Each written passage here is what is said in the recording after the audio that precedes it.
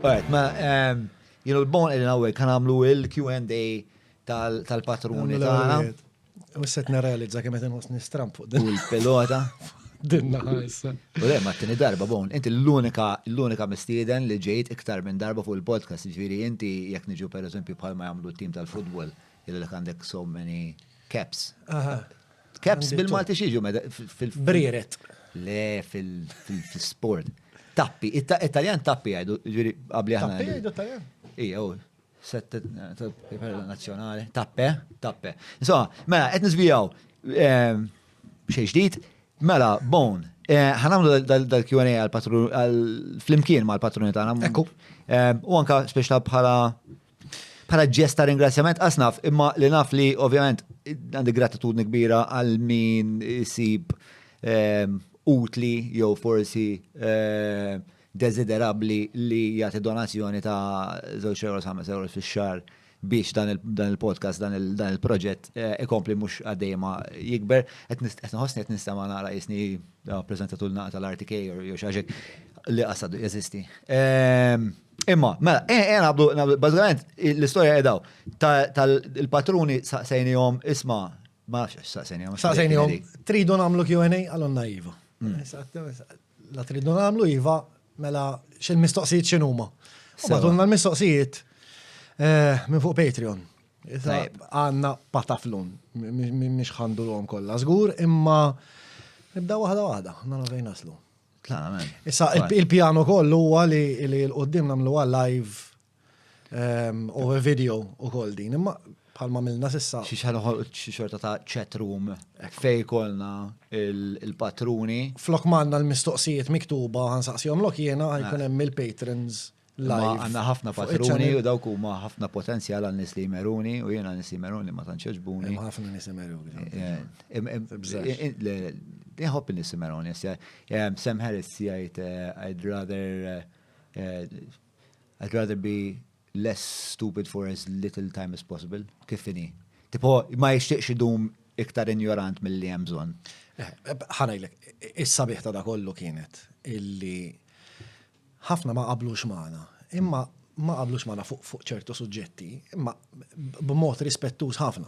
Kien hemm ħafna ma naqbilx mal-istanz tiegħek tal-aborti jew tal-whatever, imma għamlu hekk il-maġġor parti enormi tagħhom kienu rispettużi ħafna. Ġifieri ma naqbilx, proset, grazzi, eċetera, eċetera. Għamillek il-qalb għax. Mhix diskussjoni kretina għal ta' soltu qed niġġieldu qed nitkellmu fuq xulxin, eċetera, eċetera. Anyway, mela ħanaddi Jasbli huwa rispettat huwa l-impenn sinċir li jmur fit-taħdita. Mhux sempliċement ikollok stans u tiddefendiha at all cost anka jekk tajt il-banalitajiet jew anka jekk tikdeb ġast għax issa bdejt fuq din l-istanz u ma jistax inbiddel fuq din il-ħaġa x'nider dajjef. Dik hija kara ħafna li ma jkollokx il-kuraġġ li tgħid isma' vera da għandu raġun.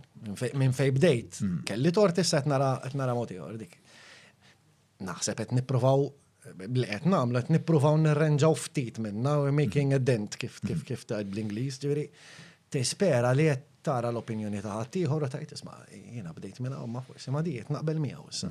U jien personalment ġrat li ħafna nies li kienu hawnhekk kelli opinjoni fuqhom u dik l-opinjoni daret.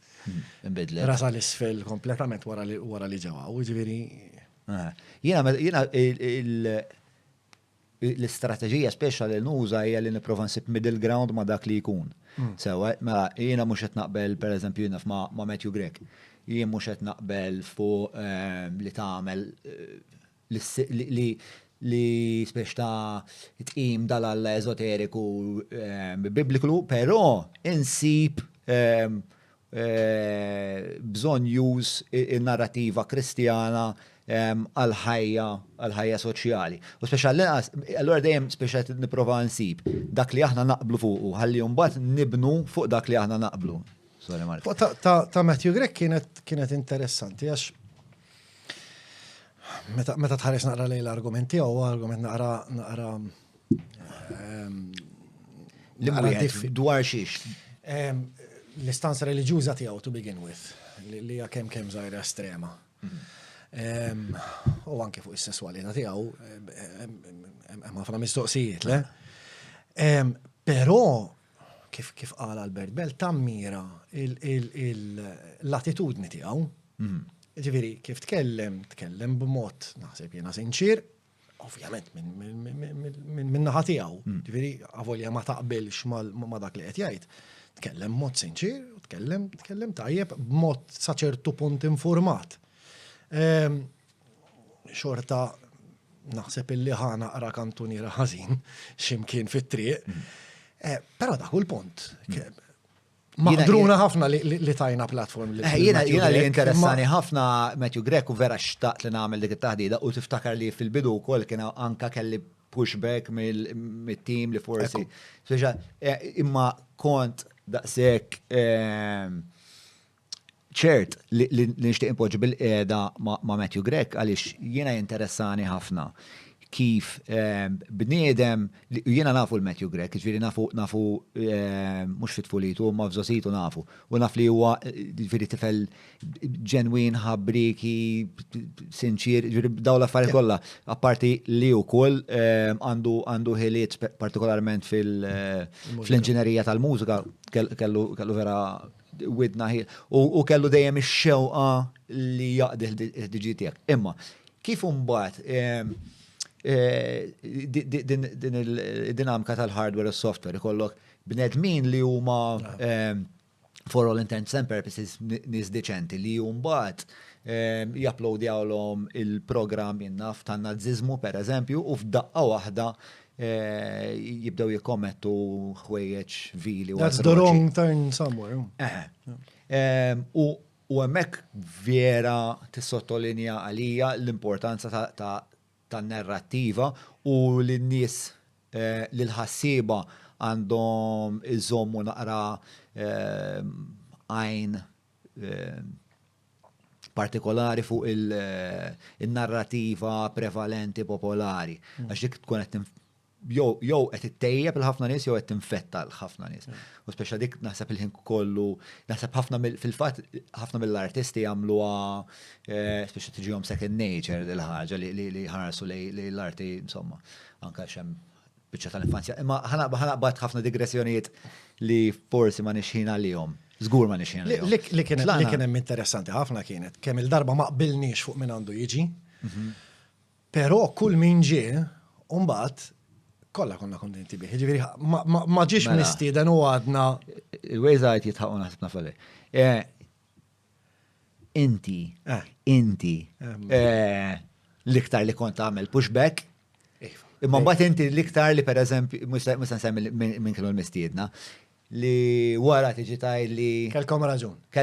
Ma l-ewwel tiġi u dik għalija that's a feather in your cap. Dik għalija importanti ħafna. Meta jirnexxielek ħanuża l-kelma ġib reputazzjoni li n-nies jafu li inti meta ndunajt li għamilt żball jew kontettajt xi ħaġa u biddilt l-opinjoni fuqha. Importanti li tgħidha, m'hemm xejn assolutament xejn ħażin fuqha, anzi importanti. L-ewwel mistoqsija. Sewa. Minant Alex Portelli fuq Patreon. Alex kien ġiegħu le? Alex li kien ġiegħu fl-episodju ta' tajjeb, intqajt miegħu wara l-Alex, Zoom call, insomma, mhux intqajt miegħu. Għajd kemm nara fuq xogħol għax fil-qasam tiegħi wkoll. Very nice guy. Very nice guy. Beda tradizzjoni perennialment importanti li ġib il-pasta l-istudio miegħu. Kienet importanti ħafna dik. Imma għal-mistoqsija, jent ximbatili din, għatlu ħanibdew bil-faċli għaw. Mela, sur Portelli għallinna. Mistoqsija jibsa li jenni li saqsejta li l-nifsi, pero għadni minix konvint. Kif tasbu li huwa l-aħjar mod kif targumenta kontra l-partiġjanizmu estrem?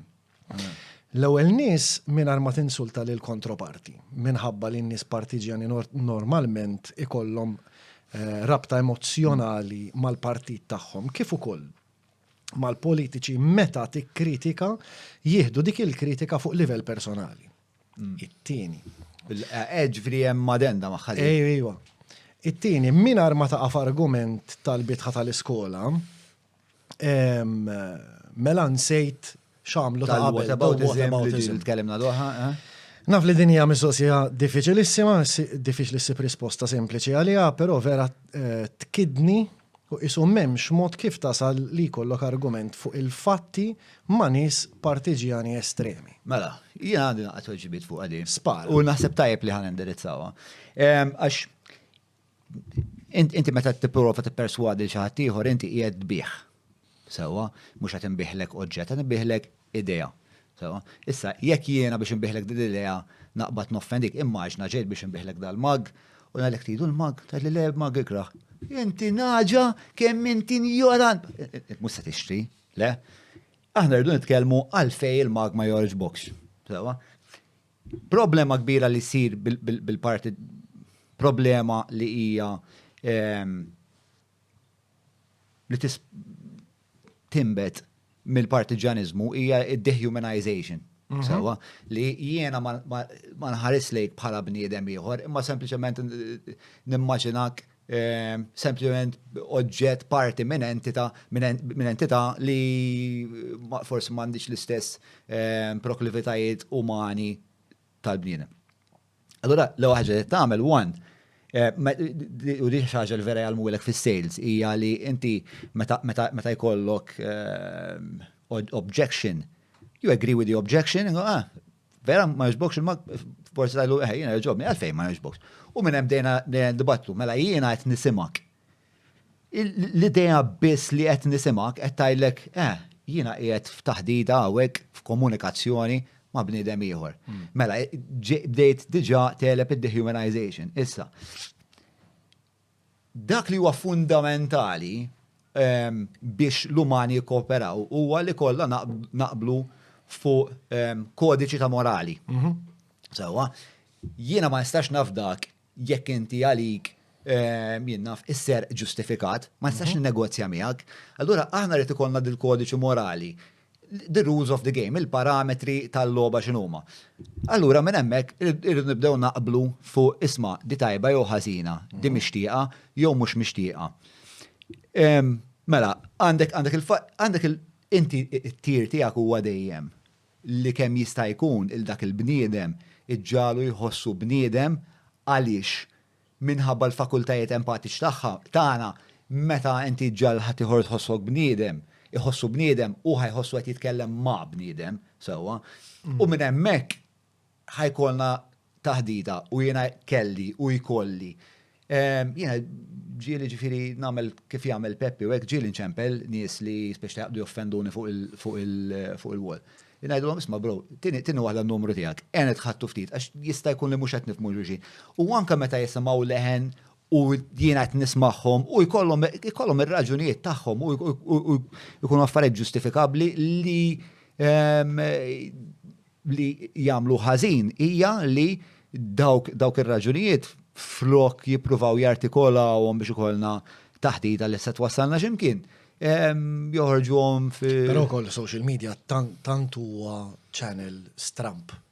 Ġdijtu għadna ma drajniex u għadna ma nafux nużaw sew. Illi, speċjalment meta tkun irrabjat, pum, tfajt il-messaġġ u allora għandek dik id-distanza mill-persuna li qed tikkummenta fuq il-ħajt tagħha ma ngħidx illi it skews the nature of any conversation. So mhix And again, it's dehumanizing. Għax inti il-komunikazzjoni tiegħek qed tagħmilha ma' keyboard u ma' ritratt żgħar li probabbli as bright as 99.9% ta' affarijiet li qalulek in-nies ċert li mhux ħajduhomlok fuq wiċċek. Ħajduhomlok fuq il-wall one straight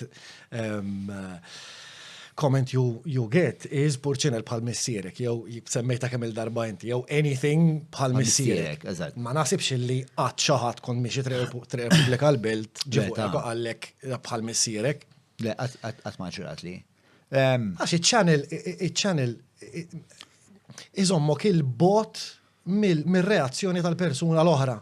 Allora inti ħadd tagħmel pass tnejn anke tlieta iktar milli tagħmel normalment fil-ħajja komuni. Imma li qed nipprova nsaqsik huwa ġieli pprovajta din u ħadmet. Jiena kol ħafna taħdit ta' ma' nis li, ara, Basta għalissa ħafna- kritika ħafna l-gvern, li by default jiġi l-Partit Laburista, imma mhux għax jien ma jġbunix il-Laburisti, għax il-gvern l-ewwel entità responsabbli għall-assi tiegħi huwa l-gvern. Sewa issa jekk inserta hemm il-Laburisti u jiena qed inħoss li daw mhux qed jagħmlu biċċa xogħol sew, ħan ikkritikhom.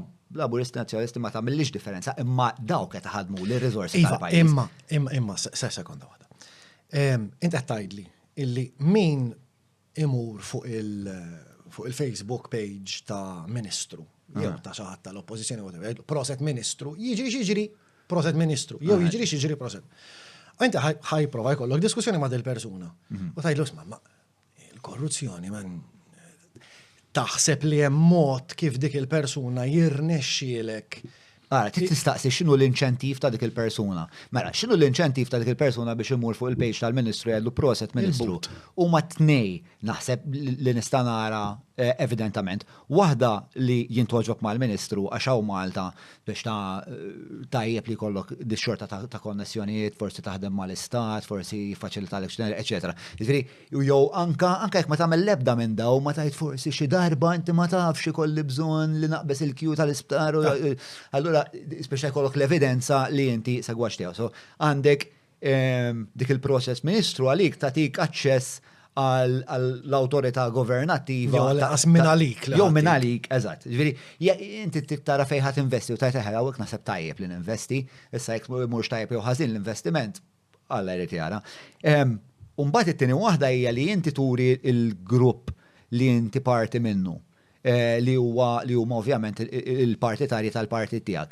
Li isma' jiena naħsibha bħalkom. Di tmur lura għall-idea sense of belonging, shared morality, shared groupthink li tajt aħna entità waħda għalfej.